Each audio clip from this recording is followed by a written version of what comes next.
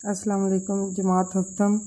آج کا ہمارا عنوان ہے غزوہ حنین۔ آپ صلی اللہ علیہ وآلہ وسلم رمضان المبارک 8 ہجری میں جب مکہ فتح کیا تو خانہ کعبہ کے اندر رکھے ہوئے بتوں کو توڑا۔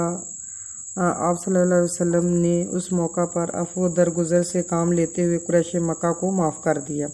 آپ کی رحم دلی اور عفو درگزر سے قریش مکہ بھی ایمان لے آئے، لیکن حنین کی وادی جو مکہ مکرمہ سے تقریباً 40 کلومیٹر کے فاصلے پر تھی، جہاں پر موجود 2 قبیلے ہوازن اور ثقیف اپنے آپ کو بہت طاقتور اور بہادر سمجھتے تھے اور انہیں اسلام کا غلبہ بھی پسند نہیں تھا۔ ان 2 قبائل کے ساتھ دیگر قبائل کے لوگ بھی شامل تھے۔ جب مکہ فتح ہوا تو یہ قبیلے اسلام قبول کرنے کی بجائے مکہ مکرمہ پر حملے کی تیاری کے لیے مصروف ہو گئے۔ ہوازن کا سردار مالک بن عوف تمام قبائل کے مال مویشی، بچے اور خواتین لے کر میدان جنگ میں آ گیا۔ ان قبائل کے جنگجو مردانگی سے لڑ سکیں۔ یہ تمام قبائل وادی اوتاس میں خیمہ زن ہوئے۔ اوتاس کی وادی حنین کے قریب واقع ہے۔ 6 شوال 8 ہجری کو رسول اللہ صلی اللہ علیہ وآلہ وسلم مکہ مکرمہ سے روانہ ہوئے۔ 12,000 افراد کا لشکر آپ صلی اللہ علیہ وسلم کے ساتھ تھا۔ 10,000 وہ افراد جو فتح مکہ کے موقع پر آپ صلی اللہ علیہ وآلہ وسلم کے ہمراہ تشریف لائے، اور 2,000 نو مسلم لوگ تھے جو آپ صلی اللہ علیہ وسلم کی عفو درگزر اور رحم دلی سے متاثر ہو کر مسلمان ہوئے تھے۔ یہ 9 مسلم تھے۔ مسلمانوں میں سے بعض لوگوں نے لشکر کی کثرت کو دیکھ کر کہا کہ آج تو ہم ہرگز مغلوب نہیں ہو سکیں گے۔ یہ بات رسول اللہ صلی اللہ علیہ وآلہ وسلم کو پسند نہیں آئی۔ اسلامی لشکر رات کے وقت وادی حنین میں پہنچا اور مالک بن عوف پہلے ہی اپنا لشکر لے کر اس وادی میں مختلف جگہ پر پڑاؤ کر ڈال چکا تھا۔ مسلمان دشمنی کی موجودگی سے بالکل بے خبر تھے۔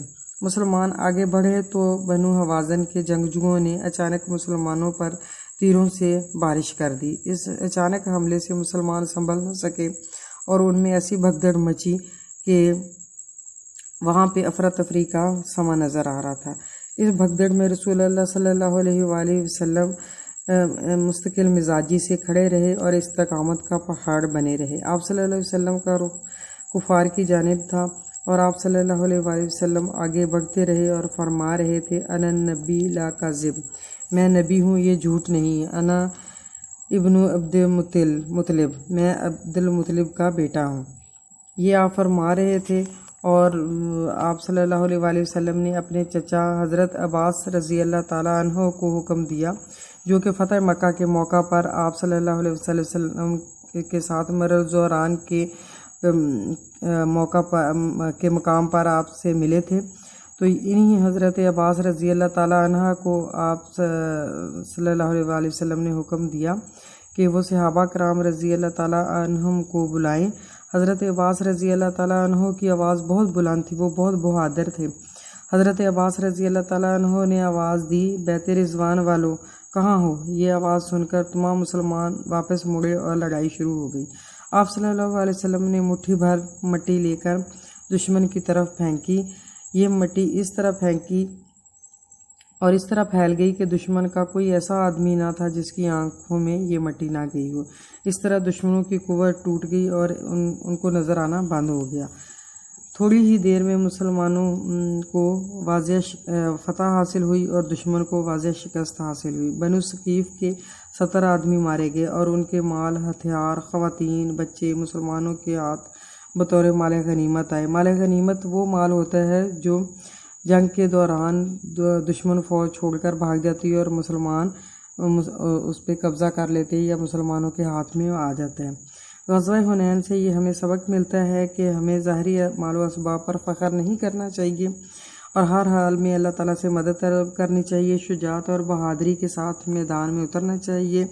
ہر حالت میں صرف اللہ تعالیٰ ہی کی ذات پر بھروسہ اور توکل رکھنا چاہیے۔ یہاں پہ کچھ سوالات دیے ہوئے ہیں، سوالات کے جوابات میں آپ کو بتا دیتی ہوں۔ سوال نمبر 1 کے آپ نے جوابات تفصیلاً لکھنے ہیں اور اس کا پہلا پارٹ ہے کہ قبیلہ بنو حوازن کے سردار نے اسلامی لشکر سے جنگ لڑنے کے لیے کس طرح تیاری کی۔ تو اس کا جواب یہ ہے کہ وہ اپنے مال مویشی لے کر اور خواتین کو بھی لے کر وادی اوتاس میں آ گیا تاکہ اس کے جنگجو مردانگی کے ساتھ لڑائی کر سکے اور انہیں کوئی مسئلہ پیش نہ آئے۔ بی پارٹ ہے غزوہ حنین کی ابتدا میں مسلمان کیوں پسپا ہو گئے۔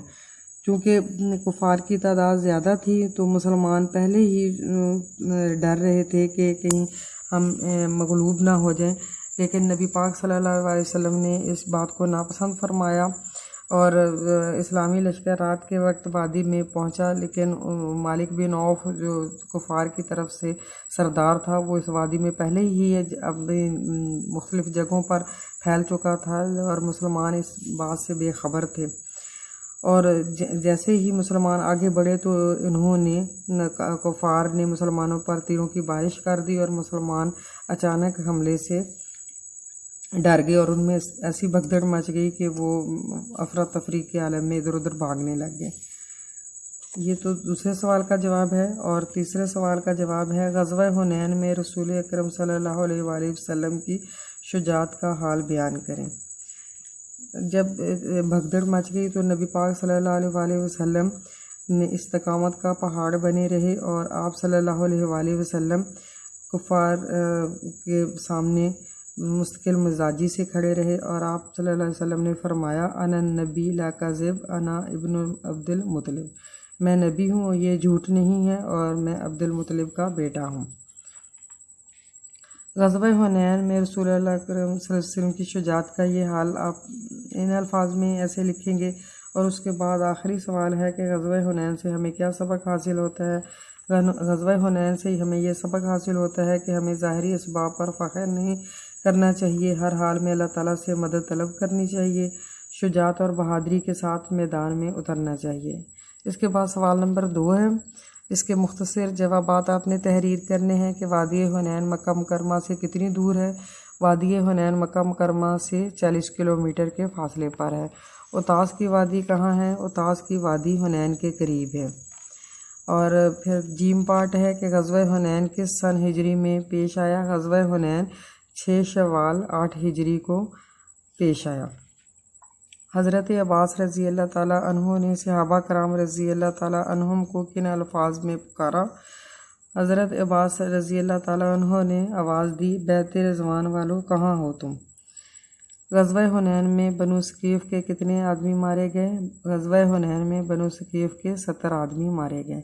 اس کے بعد سوال نمبر 3 خالی جگہ پر کرنی ہے۔ یہ متن کو مد نظر رکھتے ہوئے آپ نے یہ خالی جگہ پر کرنی ہے۔ اور سوال نمبر 4 میں ملٹیپل چوائس کے